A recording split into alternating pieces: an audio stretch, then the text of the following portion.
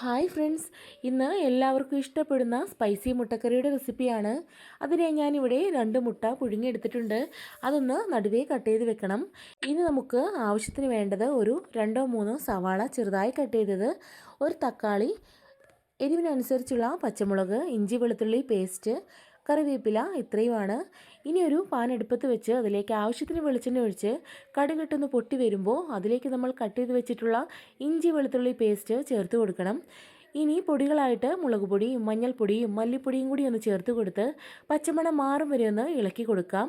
ഇനി അതിലേക്ക് നമുക്ക് കട്ട് ചെയ്ത് വെച്ചിട്ടുള്ള സവാളയും തക്കാളിയും കറിവേപ്പിലയും കൂടി ഒന്ന് ചേർത്ത് കൊടുത്ത് നന്നായി വഴറ്റിയെടുക്കണം.